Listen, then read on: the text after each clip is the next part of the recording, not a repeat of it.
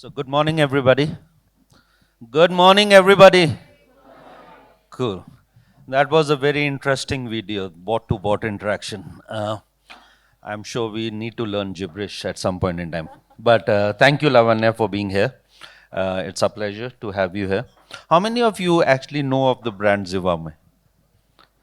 How many of you buy on that website? Okay. Why don't the men buy? You should, right? You should surprise your wife's better halves. Buy something there. But I do, to be fair, when I go shopping outside. Lavanya, this session is all about CX. It's a very intimate brand. You can see the response. There are few people who experience that, a lot of them have not. What would you say is the whole journey of consumer experience in a category like Zivame, and what drives consumer experience in such an intimate category? I want to answer this question about why Zivame came into existence itself, right? So we are more than a decade old, so about 13 years. Why Zivame actually came in was to solve a shopping experience problem in India, like about a decade back, or, like when we were young. You always used to go to a traditional mom and pop stores, and uncle ji रहते हैं, uncle जी देख के बोलेंगे कि बेटा आप ले लो 32 भी आपको आ जाएगा, या 32C ले लो. It what he is doing is he is actually calculating पीछे मेरे पास क्या इन्वेंट्री है एंड बेटे को क्या देना है. That was the premise basis which Zivame actually came into existence, right? Also, the taboo around this category was very, very high, like couple of years back. I remember, my mother would say कि bra ऐसे खुले में नहीं सुखाना चाहिए. I know there are a lot of men out here, but that was what India about a couple of years back, right? So we started solving a poor shopping experience. Zivame was started. It was obviously an era of e-commerce. We could give everything within a phone. You could actually shop out there, download the app, what it meant for you. You can shop whatever you wanted, right? In terms of nobody's judging you if you're buying a red lace bra, right? Unlike Uncle Ji, what will he think if I ask for a red lace bra? So to solve that, Zivame started, right? It was the e-commerce era. And what happened is we realized that product gap was also a bigger issue than actually shopping experience. There was not product. Everybody was selling product between a particular cup and a band size, say 32, 34, 36, 38. And there were women outside those sizes who didn't have products available. Then we quickly moved into pivoting to start addressing product gap. Then we understood that there is obviously taboo around it, so a discrete packaging and a shopping experience is required. So how can you deliver this at home discreetly? So our packaging even today does not talk about the brand anywhere. It's very discreet, so you get it at the comfort of your home, and then you do it. So as we started interacting with more consumers, being a digital native, digital first brand, you obviously had lot more data along with it. But we did see still this category was shopped offline, and there was a preference to have touch and feel, fit, wear it, and then buy. And that started the journey of actually getting into opening your own stores and getting into distribution, So again, the premise of Zivame is obviously defined by what the consumer wants. And today I can say very proudly that we are actually available in every channel, whatever is available in India, whether it is online, our own website, marketplaces like a Jio Myntra. We are available through our exclusive outlets. Those are in 175 stores. We are doing a franchisee expansion as I speak. We are available on quick commerce. We are available on pop and mom stores. So we are literally available everywhere, and that is driven by the consumer needs, as we kind of speak. So you mentioned you're available on Marketplace, and I know you and I had this discussion earlier. Marketplace, quick commerce, own website, and others. Do you know who's actually buying your product on each one of them? One thing I know, it's women who are buying. Definitely. See, the audience also answered that. So yes, I know for sure. But one thing I know that, what I would say, the intersection of customers shopping on e-commerce, to people who shop on our stores, to people who shop in marketplace, to quick commerce, the intersection, or people who are like actually moving across channels, is actually very low. There is always a preferred shopping, what I would say, shopping behavior.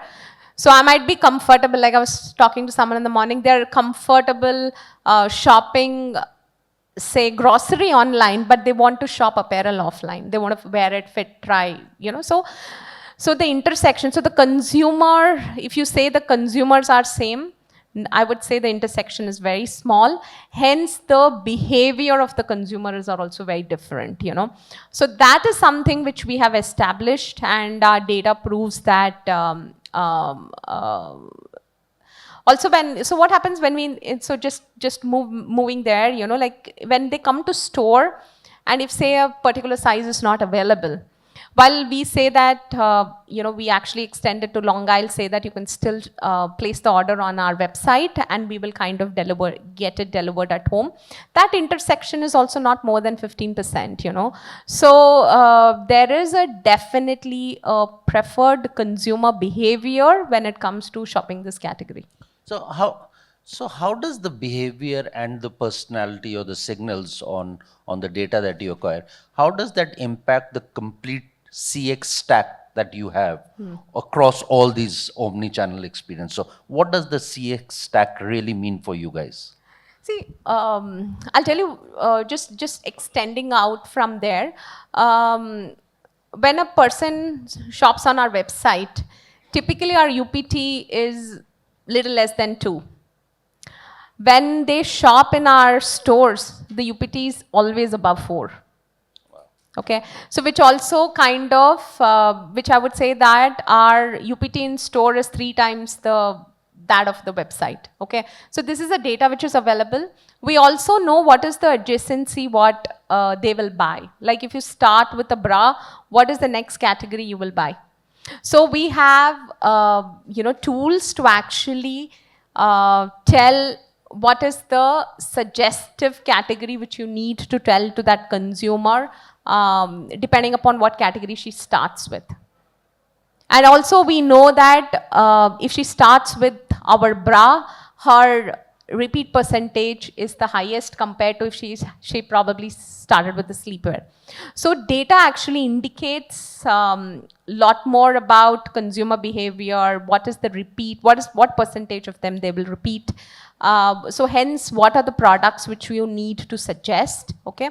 Also, one more thing, what we look at, while you said it's more than CRM, I think so one thing which we really stand out for is our fit code, like actually we stand for fit.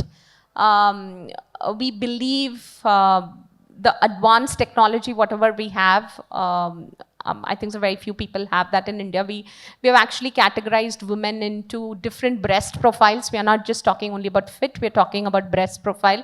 I can talk about breast profiling till cows go home, but it actually helps us to suggest correct product to the correct customer. So, and the beauty is we can take the same learning, what we see as a consumer behavior in the website, and get our store girls trained, say that this is what is the preferred way which a consumer will shop. So while we use more of technology for website selling, we use that, the knowledge of that, and impart that with the store girls to ensure that we kind of improvise. At the same time, We know there is a product feedback which we get from the customer, from the store girls. There is a seamless process what we have. And then basis that we kind of take a pricing decision, say, when it comes to website. So I wouldn't say it's fully technology, but how do you actually, get in your human judgment to augment AI is something which we do really well at Zivame. So, and augmenting AI, is it only specific to consumer experience marketing, or it goes beyond that at Zivame, like supply chain, etc., and predictive versus creative? Where does it fit? And what value has it added to the complete business? See, while everything is for the CX, so we cannot like take the CX away, but it is not all on front end. Okay, that's how I would distinguish, say that everything is obviously for the CX, but everything is not front end. I think so where we have done really well, or where we have used technology or AI really well, is when it comes to our supply chain management and inventory, especially in this category, which is when I say it's not unisizing, it's multi-sizing. We have used AI really well in terms to predict demand, in terms of what fabrics will come basis what season. Say if cotton is, if for summer, because we are just closer to that, if summer is for cotton, for winter, what are those fabrics which will kind of do really well? How do we take position on those? Especially this category still has a very long lead time. That's another thing which we are trying to solve, like how do we reduce the lead time of products when we kind of come to sell. So basis data across, obviously past sales data what we have, what are the predictions which say WGSN is talking, also what outerwear people are selling, because innerwear is complementary to what outerwear people wear. How do you get into that data to get products which will sell well for you is one thing which we really do. I wouldn't say we're 100% there, but at least it's a journey, and I think so we do really well out there. So, in an omni-channel environment, you have feedback that comes from the sales girls, etc. You get feedback from the website. In an environment like that, what is that biggest CX challenge across websites, marketplaces, etc., that you are not able to solve? In spite of all the information, all technology, human attention, etc., where do you think is the challenge that you would like to solve as you move forward? See, two things. One thing, like what we have largely solved, let me at least talk to you. I think so one of the biggest challenge which all brands have is to have pricing. There is an intent when it comes to online, people think you get higher discounts, whereas offline is more full price. One thing which we have really solved is to have uniform pricing irrespective of the channel, whatever you're selling, So that is inbuilt into our pricing technique when we kind of build. So pricing is one thing where we use a lot of technology. But still, I would say that how do you get it to value pricing, saying that this is the correct pricing for that product is one thing where I think we can still further better. Second is, I feel from a CX experience, education around this category is something where we can do far more than what we are doing today. It's still, even today as we speak, and I have been with Zivame for like 8 years now, even today we say that most of the women don't wear the correct size. And that's also because women go through various life stages, their sizes change across their life stages. I think so education around this category is another thing where we can definitely do much more than what we are doing today. Yeah, it's interesting you talk about the life stages and the fit and the product fit and the profiles that you build. And I'm just drawing an analogy of your experience at Nike. Nike shoes, for example, it's all fit to your personality, right? A size, broad, narrow, heel, etc. Running shoes versus walking. If that is to be driven to the profile or the fit that you're doing, what kind of education is required, just to build your point forward? Nike took that to a different level, for example, and started doing it profiling based on the sport, based on category. Where do you think that would align? And does the client, when I say client, is it only the women or is it broader education in the market? I think so. Yes, it's a women product. Education more among women is obviously there. I feel one thing which we need to do is to catch them young. Lot of these education is happening at a much later point of time when she's probably stepped into professional life. Like how do you catch them young? How do you kind of educate them at a much as they enter into puberty? How do they understand the changes, what kind of goes through their body, and what is that they need to do, what is the correct product they need to support each of their life stage? I think so that's something which we can do really well. I would still say it'll be more focused with the men at this point of time. Okay. And in a category which is very intimate, it's also very personal. Correct. And personalization plays a very big role, and AI, I'm sure, can help enable that, both creative, etc. But where do you draw the line between personalization in an intimate category versus privacy? And how do you factor that when you're looking at building those consumer experiences online and offline? See, obviously, in this category, I think so privacy plays much higher role than personalization. Okay, so I think so we are very cognizant about that when it comes to Zivame. We always do suggestive selling. It is never determinative, like I kind of spoke to you. It's always about a suggestion. We understand the profiles really well, hence we suggest. We never ask women any kind of questions relating to their age or what is they're looking out. But depending upon their shopping behavior, what she has bought, what she has kind of seen, we kind of suggest products for them, whether it is in their store, whether it is in the store, or whether it is in on the website. Our stores, actually, I have about 175 stores, and I really take pride in telling that all these stores are run only by women. So there is no yes. Thank you so much. So and that creates a very safe environment for like a woman to kind of walk into, and she's for sure known that she'll be kind of taken fair. So at least for us, from a CX perspective, privacy plays a much higher role than personalization. Personalization is actually for improving, suggestion to the product, but privacy definitely comes first for us.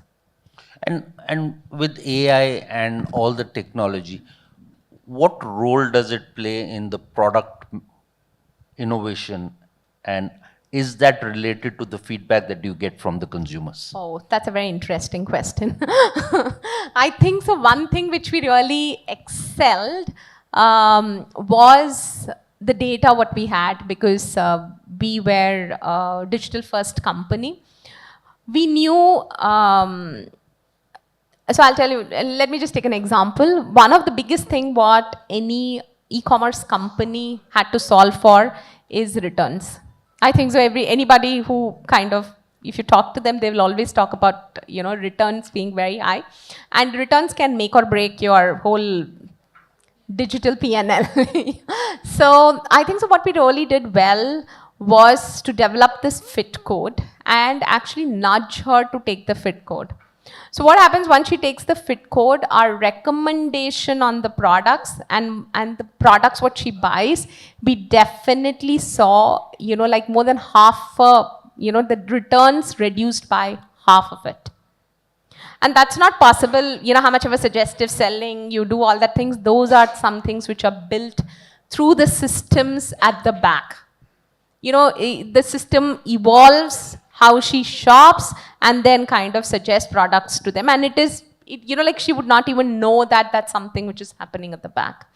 I think so that really kind of helped us. So I think one big change, what it really helped us to is to reduce returns when it came to our website. So, as couple of last questions.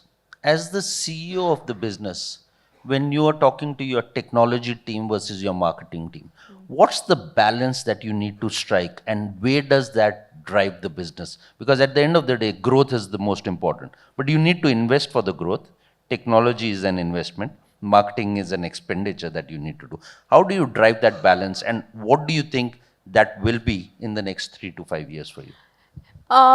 See how I view it is marketing is here and now. You need to keep on communicating around it, but tech is something which you're building for future, right? In terms of it is not, while it's here and now, but a lot of our product roadmap when we talk to tech guys are something which you're developing for what is going to kind of come in over the next 6 to 10 months. One good thing is, since we were a digital first company, our investments in tech has been far more than what most of our competitors have had, and we have seen the benefit of it. So obviously, like actually investment in tech is not something which I debate it around. It is definitely what you do. But what is that you're putting on product roadmap has to be debated, and like what is that, what you're putting on the product roadmap, what is the ROI you're going to get for that investment is something which I'll definitely question and judge at all given point of time. So every teams will have like a laundry list of what needs to go into product roadmap, but what are those 5 things which you need to do which will give you that kind of return becomes really important. Yeah, and again, driving force there is what is that you will get for your consumers become really important out there. So we will do tech investments which will help us to improve front end, which is your like how you communicate with the customer, but at the same time how your back end gets strengthened to service that demand what you're going to do becomes really, really important. And last question, I know this you may not have, and I'm not trying to put you in a spot. What would be, out of those 5 things that you spoke about the tech, what would be those challenges that people here working on different innovative solutions, products, etc., can come and solve for Zivame right now? I liked what Exotel he was just presenting. How can we change our our chatbot experience from where it is today? Because a lot of times the first while it solves, then it kind of, I do see like 30% of our chatbot still goes to the agent to resolve. Like, how can we increase that percentage is one thing which definitely which we want to do. One thing which is very important is to solve supply chain. When it comes to inventory, today everybody is talking about mine to market in 30 days. People are like really talking about mine to market. Why can't we get, I'm very far from 30 days today as we speak. What is that we can do to kind of get mine to market in 30 days is another thing what I can think about. Third is a lot of times when it comes to fashion, trends come quite later, right? How can AI help us to catch the trend which will kind of pick up, right? In fashion, it's always about trend, what will kind of pick up, whether it is gibberish or ghibli. We need to know what is going to kind of catch up and how can we be ahead in that. Third thing. Fourth thing is, how can our marketing get better than where it is today? I wouldn't say we are bad, but there is definitely a huge scope of improvement. What is that we can do on marketing to kind of make more money for the buck, whatever we have? I think so. These are the top 4 things what I can get to. Within marketing, is there any specific area, personalization, generative AI, anything that you think somebody here can come and help you with? Definitely. I think so. generative AI? How can the creative be more impactful, especially in the era where where people are like looking for more and more dopamine? How do you ensure that the first 2 seconds your creative is there where it makes the consumer stop so that you can do and kind of scroll further? How do you engage with the consumer, especially with the Gen Z? The kind of engagement is different. Definitely those are stuff which I'm looking forward to from a solutioning perspective.